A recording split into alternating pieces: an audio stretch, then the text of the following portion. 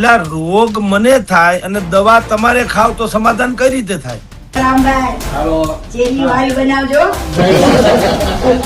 તમારે બતાવવું છે કે પતાવવું છે એના જેવી વાત થઈ. આ એક પ્રકારનું એલર્ટ પણ છે લલકાર ચેનલ થ્રુ.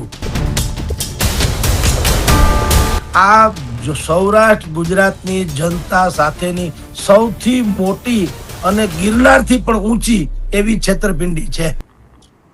નરેન્દ્રસિંહજી, આ તો અજીબ દાસ્તા છે, અજીબ દાસ્તા.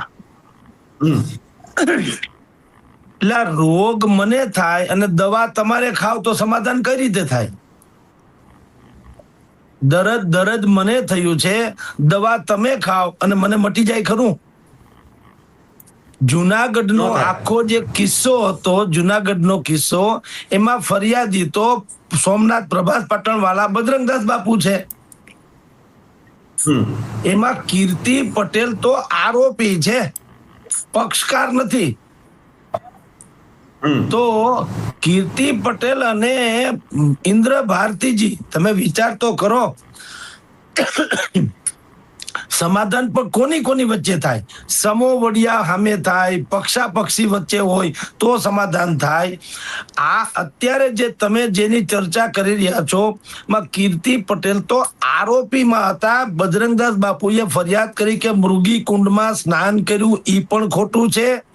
અને એના કરતા સૌથી મોટો આક્ષેપ એ હતો, કીર્તિ પટેલને કોણ લઈ આવ્યું જુનાગઢમાં, કોણે આશરો આપ્યો અને કોણે કીર્તિ આ મૃગી કુંડમાં.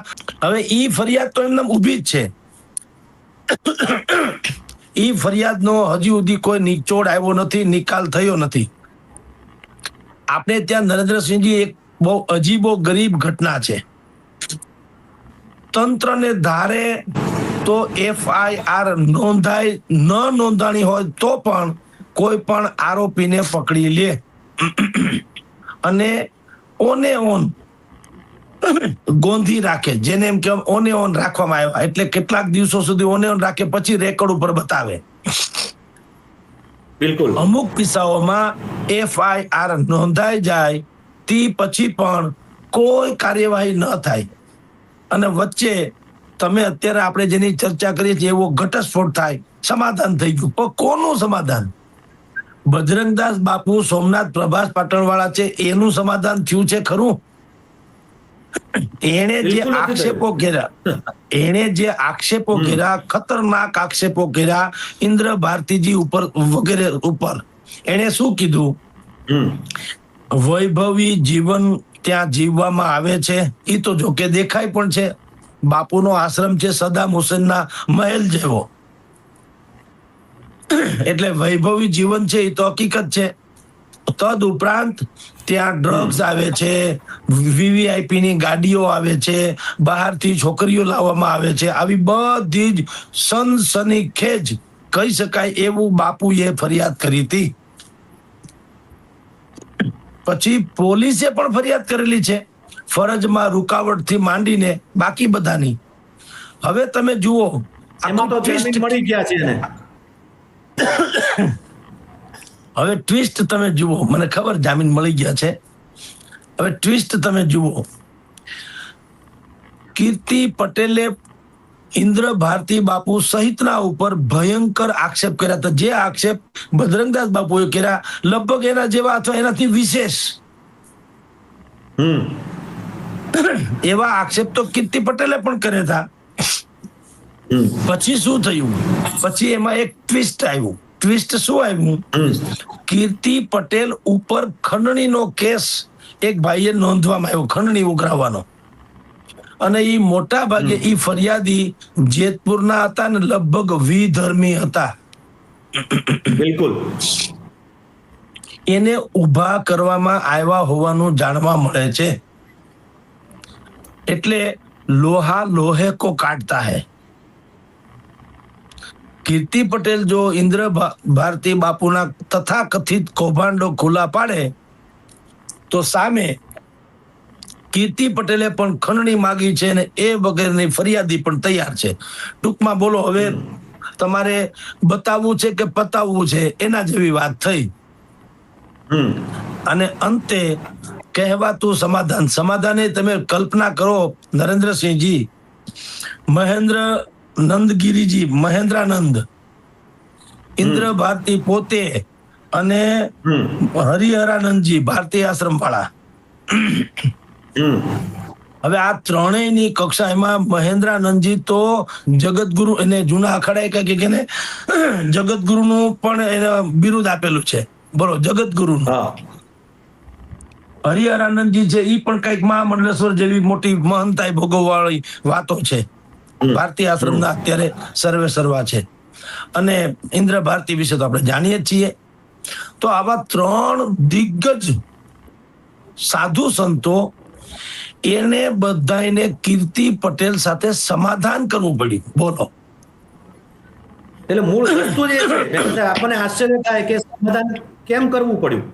જે રીતે આક્ષેપો કર્યા હતા અને કદાચ ડરી ગયા હોય એવું બી લાગે, કારણ કે કીર્તિ પટેલે, જીતુભાઈ હું તમને બી એક પૂછવા માંગીશ, પછી મહેતા સાહેબ આપની પાસે આવું. કીર્તિ પટેલે એવું કહ્યું કે સનાતન ધર્મને કલંક ના લાગે ને એટલે સાધુ સંતો સાથે સમાધાન થયું છે. બોલો, હવે કલંક, હવે તારાથી કલંક લાગશે જીતુભાઈ? અને સનાતન ધર્મને કલંક ન લાગે એટલે સમાધાન કરું છું, એ મુદ્દો. અને બીજો મુદ્દો કે સાહેબે જે છેલ્લે વાત પૂરી કરીને એ બહુ મહત્વની વસ્તુ છે કે આ ત્રણ દિગ્ગજો અને સામે કીર્તિ પટેલ, અને એમાં સમાધાન થયું. ભાઈ આમાં મને તમારા સવાલનો જવાબ આપો એ પહેલા મને એક સવાલ થાય છે જે સાહેબને પૂછવાનું મન થાય. સાહેબ, આ આખી ઘટનામાં ઝૂક્યું કોણ? ત્યાં ભલે નમીને પ્રણામ કર્યા કીર્તિ પટેલે, પણ ઝૂક્યું કોણ? કીર્તિ પટેલ ઝૂકી કે સનાતન વાળા સાધુઓ ઝૂક્યા? કહેવાતા સનાતન વાળા સાધુઓ ઝૂક્યા.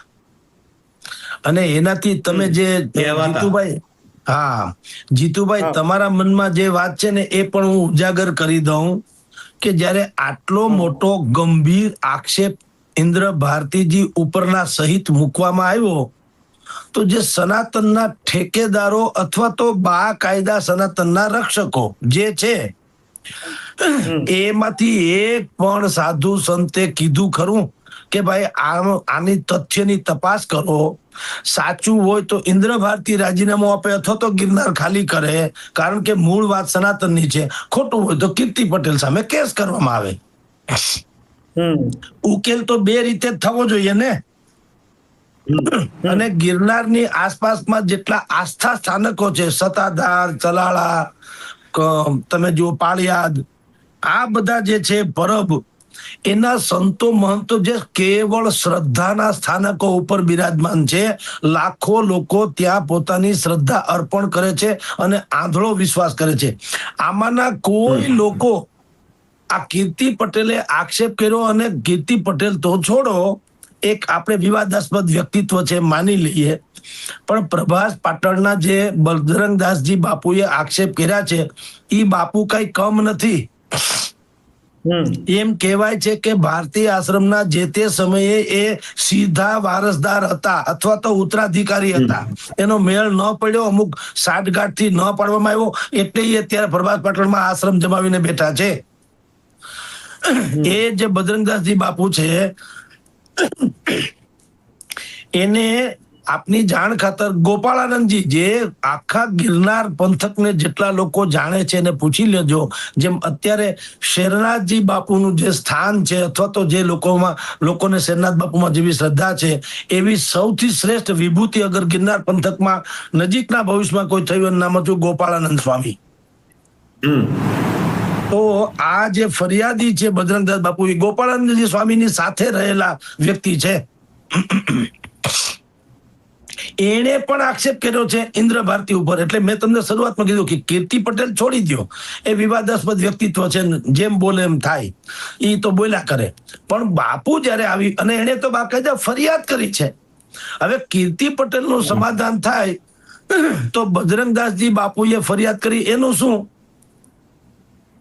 બજરંગદાસજી બાપુએ એનું મારે હમણાં થોડો સમય પહેલા વાત થઈ નરેન્દ્રસિંહને, મારે હમણાં જ વાત થઈ બજરંગદાસ બાપુ સાથે એ કે મારે હમણાં કાંઈ બોલવું નથી અને હું કોઈ સમાધાન હું નહીં કરું, પરંતુ તેમણે ચોક્કસ જે તેમનો જે દ્વેષ હતો, જે તેમનો જે ગુસ્સો હતો તે તો ઠાલવ્યો જ, બંને ઉપર ઠાલવ્યો, માત્ર કીર્તિ પટેલ નહીં, ઇન્દ્ર ભારતી બાપુ ઉપર પણ ઠાલવ્યો. પરંતુ આ ડિબેટ માટે મેં અન્ય પણ ઘણા બધા સાધુ સંતો સાથે વાત કરી, પરંતુ જે રીતે સમાધાન થયું છે મહેતા સાહેબ, ત્યારબાદ કોઈ સાધુ સંત અત્યારે કદાચ બોલવા તૈયાર નથી. તેઓ થોભો અને રાહ જુઓ એવી નીતિ કદાચ અપનાવી રહ્યા તેવું મને પોતાનો અનુભવ થયો. પરંતુ ઓવરઓલ એવું લાગે છે કે આ જે સમાધાન થયું છે તે જે રીતે જીતુભાઈ વાત કરી, આમાં ઝૂક્યું કોણ? તમે વાત કરી કે આમાં ચોક્કસ કહેવાતા સાધુ સંતો જે સનાતનીઓ ઝૂક્યા.